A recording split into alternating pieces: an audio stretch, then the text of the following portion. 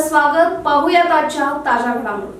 श्री क्षेत्र नृसिंहवाडी इथं यंदाच्या मोसमातील तिसरा चढता दक्षिणद्वार सोहळा भाविकांच्या उपस्थितीत श्री गुरुदेव दत्तच्या जयघोषात आज संपन्न झाला.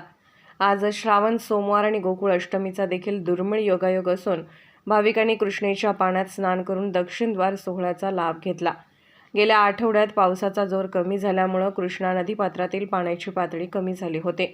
मात्र गेल्या 2 दिवसांपासून पावसाचा जोर वाढल्यानं नद्यांच्या पाणी पातळीत सुद्धा मोठी वाढ झाली आहे. कृष्णा नदीतील पाण्याची पातळी पुन्हा वाढल्यानं श्री क्षेत्र नृसिंहवाडी इथल्या दत्त मंदिरात तिसऱ्यांदा कृष्णेचे पाणी शिरले. त्यामुळे आज सोमवारी 26 ऑगस्ट रोजी दुपारी 3:15 वाजण्याच्या सुमारास या मोसमातील तिसरा दक्षिणद्वार सोहळा संपन्न झालाय. श्री क्षेत्र नृसिंहवाडी दत्त मंदिर पूर्वाभिमुख आहे. कृष्णा माईचे पाणी उत्तरद्वारातून प्रवेश करून श्रीच्या चरण कमळाला स्पर्श करून दक्षिण द्वारातून बाहेर पडते.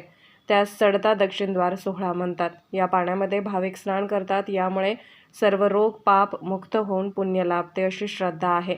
आज हिंदू पंचांगातील पवित्र मानला जाणारा श्रावण महिन्यातील सोमवार आणि गोकुळ अष्टमी हा दुर्मिळ योगायोग साधून भाविकांनी कृष्णेच्या पाण्यात स्नान केले.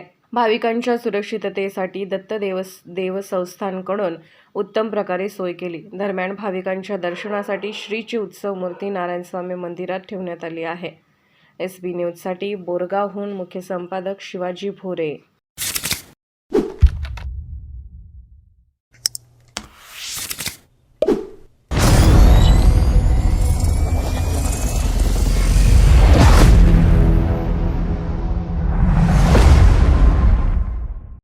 राजकीय, सामाजिक, आर्थिक असा सर्व घडामोडींचा आढावा पाहायला विसरू नका SB न्यूज चॅनल आणि नक्कीच सबस्क्राईब करा.